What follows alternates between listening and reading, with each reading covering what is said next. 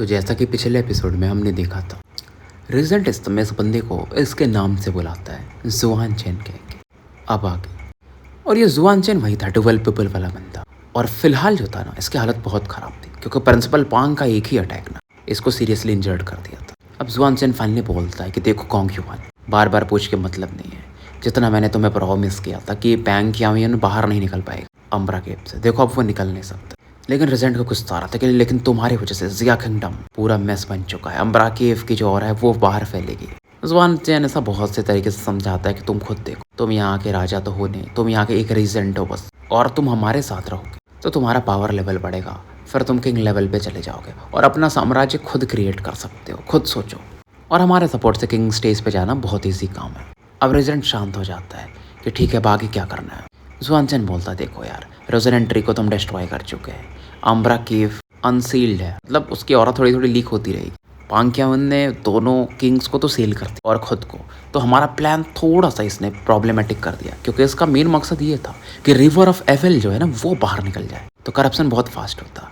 लेकिन अम्ब्रा केव से जो ऑरा लीक करेगी वो धीरे धीरे फैलेगी। लेकिन फिर ये सोचता कोई ना, जब तक फिर से वो अनसील्ड होंगे तब तक हम कुछ और तरीके थोड़ लेंगे, क्योंकि इसे मालूम था कि जियान किंग और कैडेवर्स किंग को ये अकेले कंट्रोल तो नहीं कर सकता क्योंकि इसका भी पावर लेवल बस 7th ग्रेड के ड्यूक के बराबर था। और ये बोलता देखो यार गोंग युआन, जिया सिटी सभी लोग छोड़ के जाने वाले हैं, तो तुम्हारा प्लान क्या है। अब रेजिडेंट को समझ में नहीं आता कि तुम कहना क्या चाहते हो। जुआन चैन एक मैप निकालता और इसे समझाता है कि देखो 6 महीने बाद ऐसा हो जाएगा तुम्हारा जिया सिटी, मतलब अम्ब्रा केव की ओरा यहाँ तक फैल जाएगी। सबसे पहले एस्टल सेज कॉलेज प्रभावित होगा, फिर बताता है कि 1 साल बाद ऐसा हो जाएगा कि ब्लैक रिवर टाइप एक ओरा फैल जाएगी जो कि जिया किंगडम को 2 भागों में बांट देगी। अब रेजिडेंट बोलता है कि देखो मेरे हिसाब से जो फर्स्ट प्रिंसेस है ना, जुआन चैन के पूछने पर ही बताता है, वो साउथ लोकेशन चूज करे क्योंकि उधर उसके ज़्यादा रिलेशंस अच्छे हैं, जिया मतलब किंगडम का जो साउथ लोकेशन। रेजिडेंट सोचता है और कहता मतलब तुम चाहते हो कि मैं नॉर्थ में जाऊँ। जुआन चैन समझाता है कि अगर तुम साउथ में जाओगे तो फर्स्ट प्रिंसेस से तुम्हारे झगड़े होंगे, नॉर्थ तुम्हारे लिए बेटर है। तुम खुद का अपना रिवोल्ट कर दो ना भाई कि मैं खुद एम्परर हूँ नॉर्थ में अब, और हमारे सपोर्ट से तुम्हारा स्ट्रेंथ बढ़ने ही वाला है। रेजिडेंट इसकी तरफ देखता और कहता जितना मैं समझ पा रहा हूँ तुम चीज़ें जो भी बोलो, लेकिन तुम बहुत गंदे इंजर्ड हो। जुआन चैन कुछ बोलता नहीं है, फाइनली बोलता है कि एक बार किंग से क्लैश करके देख लेना। रेजिडेंट बोलता है एटलीस्ट मुझे मेरी औकात तो पता है कि किससे बैटल करना है और किससे नहीं। तो ये अपना रेजिडेंट सोचता है ठीक ठाक कि यार उन लोगों के साथ जाके मतलब नहीं है, मतलब फर्स्ट प्रिंसेस वगैरह के साथ मैं नॉर्थ डायरेक्शन में ही जाता और ओरिजिन रिवर्सन इंस्टीट्यूट के सपोर्ट से किंग लेवल पे पहुंचूंगा और एक अपना नया किंगडम ही बना लूंगा कहीं और पे या यहीं पे। पर तभी जब ये बात कर रहे थे तो सेंग जिंगजायो भी बोलता है कि रेजिडेंट मेरा एक छोटा सा रिक्वेस्ट है, क्योंकि अभी तक ये शांत था। रेजिडेंट भी बोलते हैं कि मेंटर से आप बोल सकते हैं, कोई इशू नहीं। ये बोलता है देखिए सभी लोग यहाँ छोड़ के जाने वाले हैं कि जितने भी बड़े हाउसेस हैं, और ये बोलता है वो लोग भी जाने वाले हैं तो डिफेंसिव वॉर्ड तो होगा नहीं अब उनका, जिस नए लोकेशन पे जाएंगे तो ये हमारे लिए अपॉर्चुनिटी है। रेजिडेंट हैरान था कि तुम क्या डरते नहीं हो क्या लीट एक्स1 और टंट आइलैंड से, तुम अभी भी हाउस लोलॉन पे अटैक करना चाहते हो। शेन बोलता है डरता तो, फिर भी स्माइल करता कि देखिए दुश्मनी तो है, वो लोग अभी आने वाले नहीं है और ओरिजिन रिवर्सन इंस्टीट्यूट का सपोर्ट है, तो फिर किस बात का डरना। अब जुआन चैन भी सुन रहे और वो बोलते हैं कि मैं एस्टल सेज कॉलेज को ऑब्जर्व करता रहूँगा। सेंग जिंगजायो बोलता है कि फर्स्ट प्रिंसेस और हाउस लोलॉन का अच्छा रिलेशन, तो रेजिडेंट मैं ये चाहता हूँ ना कि आप इनके फोर्सेस को थोड़ा रिस्ट्रेन कर दो कि मतलब हाउस लोलॉन तक पहुँच ना पाए, बाकी मुझ पे छोड़ दो। रेजिडेंट फिर भी बोलता है तुम लग रहा भूल रहे हो, हाउस लोलॉन के पास चीचान भी है प्लस ऑक्स बायो बायो भी है। ये सुनकर के जुआन चैन कहता है लगता है तुम सेंग जिंगजायो को कम समझ रहे हो, इतना समझ लो कि जियान किंग भी इसकी तारीफ करता है। मेरे हिसाब से ये बंदा तो ओरिजिन रिवर्सन इंस्टीट्यूट के लिए बेहतर है, इवन मेरे से भी ऊपर जा सकता है एक दिन। ये सुनकर के सेंग जिंगजायो भी बोलता है लॉर्ड जुआन चैन आप मेरी ज़्यादा ही तारीफ कर रहे हैं, और ये बोलता है कि वैसे भी मुझे डिवाइन मैटर चाहिए भी नहीं, मुझे बस जियांग किंग चाहिए। तो अम्ब्रा केव जो अनसील्ड हो चुका है, ये न्यूज़ तो चारों तरफ फैल ही चुका था। बहुत सारे लोग एस्टल सेज कॉलेज को छोड़ के जा रहे थे और एस्टल सेज कॉलेज खुद भी शिफ्ट होने को देख रहा था।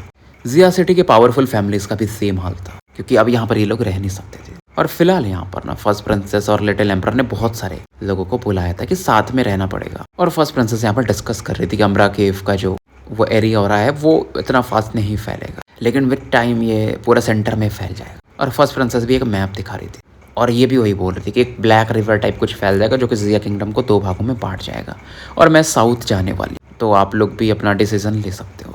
वाइस प्रिंसिपल सुक्जिन भी थी, बट पहले जैसे वो काफ़ी जो एनर्जेटिक दिखती थी ना, वो और उनकी मानो जा चुकी थी जब से सेज कॉलेज डिस्ट्रॉय हुआ था। एक चीज़ ये अच्छा था ना कि मतलब फर्स्ट प्रिंसेस बताती कि और एक डायरेक्शन में फ्लो करेगा ना, तो मतलब थोड़ा बहुत ही एरिया डिस्ट्रॉय हो, कंट्री 2 भागों में बट जाएगी, लेकिन फिर भी ये लोग सुरक्षित रहेंगे एक डायरेक्शन में अगर किसी में भी गए तो। लेकिन वो सिचुएशन भी ज़्यादा साल तक नहीं, ऐसा ड्यूजेयान बोलता। सीकिंग भी अपना जवाब देता है कि समय तो कुछ तो मिल रहा है। और फर्स्ट प्रिंसेस बोलती है अब देखिए मैं बातों को नहीं घुमाना चाहती, मैं यही बोल रही हूँ कि किस डायरेक्शन में जाना है, मैं साउथ रीजन में क्योंकि जाना चाहती हूँ। और तभी पीछे से आवाज आता है रिजेंट का कि मैं उस चीज़ को सपोर्ट नहीं करता। फर्स्ट प्रिंसेस देखती है कि रॉयल अंकल आप चाहते क्या हो, और रिजेंट बोलता है मैं तो नॉर्थ जाना चाहता हूँ, मैं तो नॉर्थ रिकमेंड करूँगा।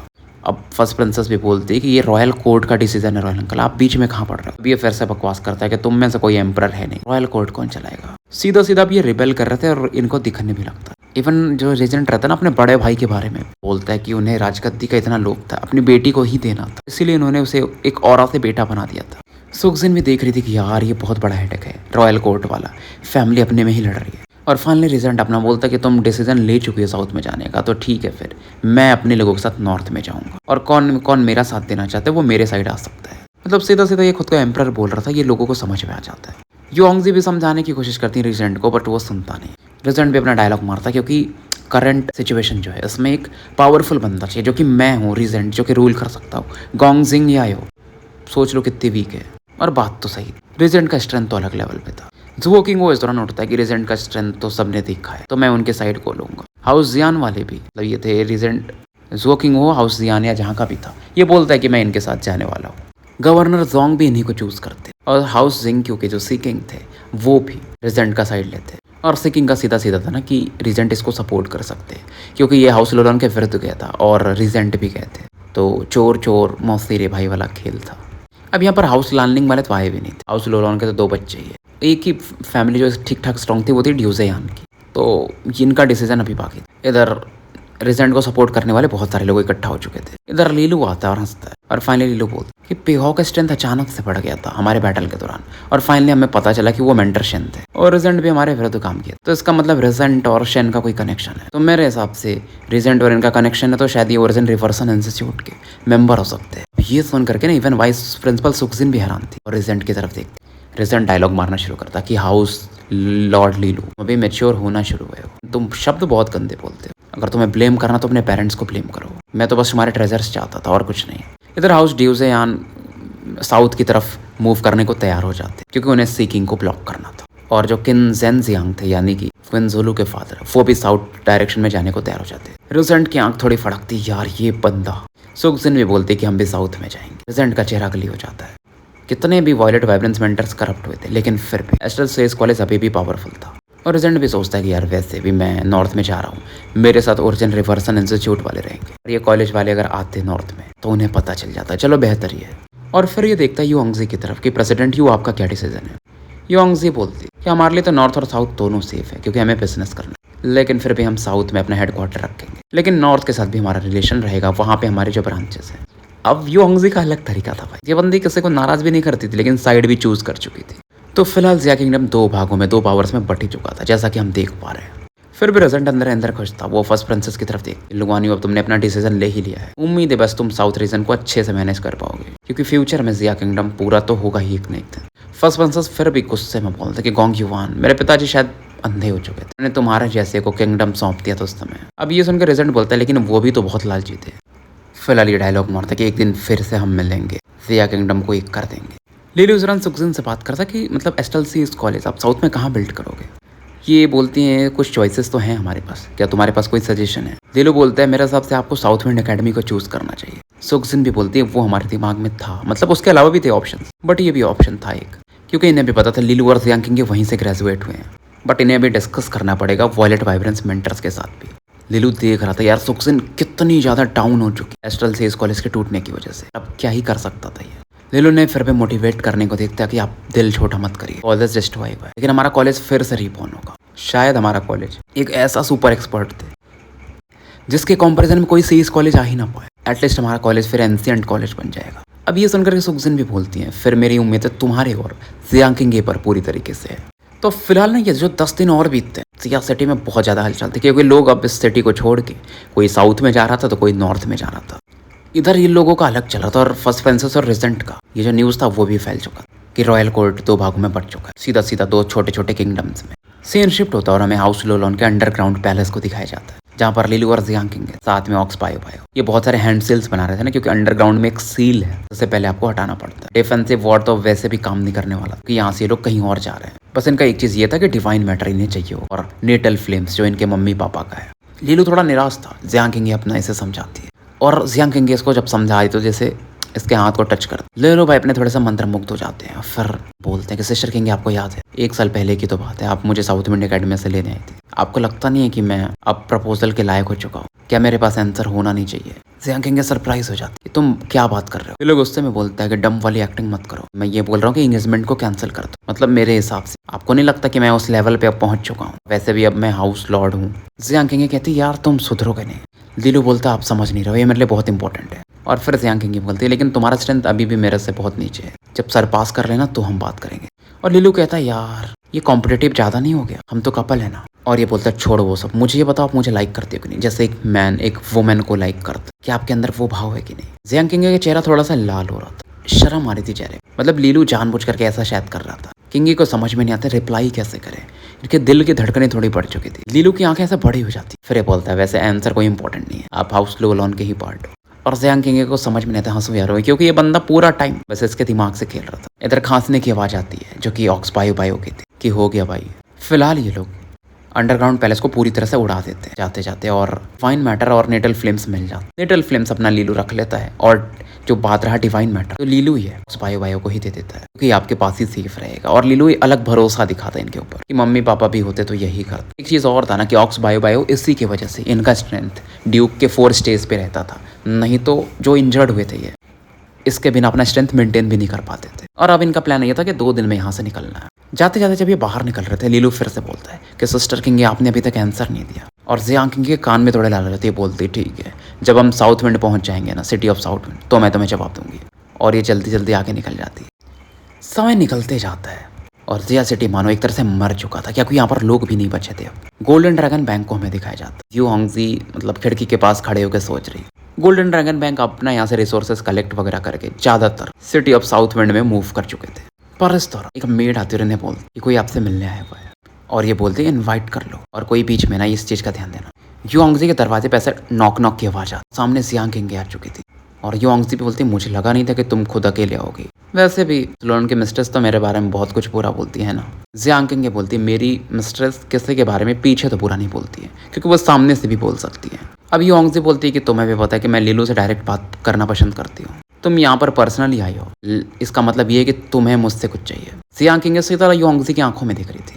मतलब यू होंगजी अभी भी बहुत चार्मिंग लेडी थी, और ये मतलब बोलती है जियांग किंग कि हाँ मुझे कुछ ऐसा ज़रूरत है आपका। सीधा बोलते कि हाउस लोलन 3 दिन में शिफ्ट हो जाएगा, और शायद बैंक भी उसी टाइम जाने वाला। यू होंगजी हाँ में सर हिलाती, लेकिन कहती है हम एक ही रास्ते से तो नहीं जा रहे होंगे। और ये बोलती है कि पहले हम जो हमारे दूसरे ब्रांचेज हैं उनके लोकेशंस पे भी जाएंगे, फिर वहाँ पे पहुँचेंगे। अब ये बोलती कि आपको पता है हाउस लोलन का सिचुएशन, और डिवाइन मैटर कितने लोगों को चाहिए। अब डिवाइन वार्ड का डिफेंसिव वार्ड का प्रोटेक्शन भी नहीं। यू होंगजी बोलती हाँ वो तो तुम सही कह रही हो। और बहुत सी चीज़ें थी कि फर्स्ट प्रिंसेस और रिजेंट तो अभी भी स्ट्रगल में। और जियांग किंग सीधा बोलते कि देखिए उनका मुझे डर नहीं है, मतलब रिजेंट वगैरह, मुझे डर है शेनजिंग सायो का। यू होंगजी बोलती है हाँ वो बंदा खतरनाक है, क्योंकि जियांग किंग ने बहुत सी चीज़ें एक्सप्लेन करती है कि वो अर्जिन रिवर्सन इंस्टीट्यूट भी ज्वाइन कर चुका है। रिजेंट से भी बड़ा खतरा है, वो मेरे पीछे पड़ा हुआ है जब से मैं कॉलेज में गई थी तब से। और क्योंकि अब कॉलेज का है नहीं वो, तो वो फुल पावर के साथ आएगा। यू होंगजी फिर भी बोलती है लेकिन हाउस लोलन के पास तो वो मिस्टीरियस डूक भी है ना, मतलब ये बायो बायो की बात करती है, और फिर साथ में चीचान भी है।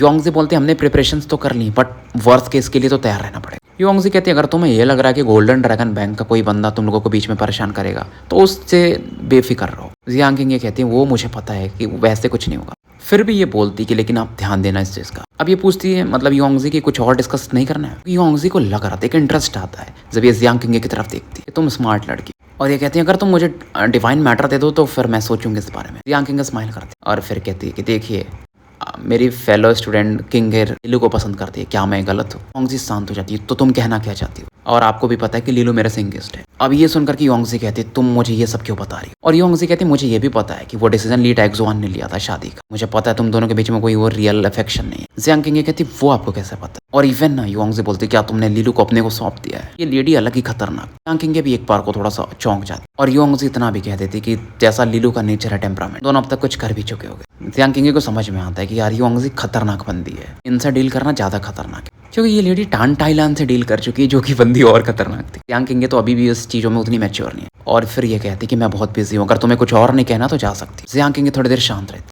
कि अगर हम सुरक्षित पहुंच गए सिटी ऑफ साउथ विंड और आपने हमारा सपोर्ट किया, मैं एंगेजमेंट कैंसिल कर दूंगी लीलो के साथ। अब आप क्या सोचती हो? अब ये सुन करके ना, मतलब योंगजे भी कहती तुम्हारे ऑफर ने मुझे मूव कर दिया, क्योंकि ये अलग रास्ते से जाने वाली थी, लेकिन अब शायद ये back with in the back इन्हें सपोर्ट करेंगे, और जियांग किंग फिर यहाँ से निकल जाते। और इसके जाने के बाद ना, मतलब योंगजे कहती कि टान टाइलान शायद इस बार मैंने तुम्हें हरा दिया है।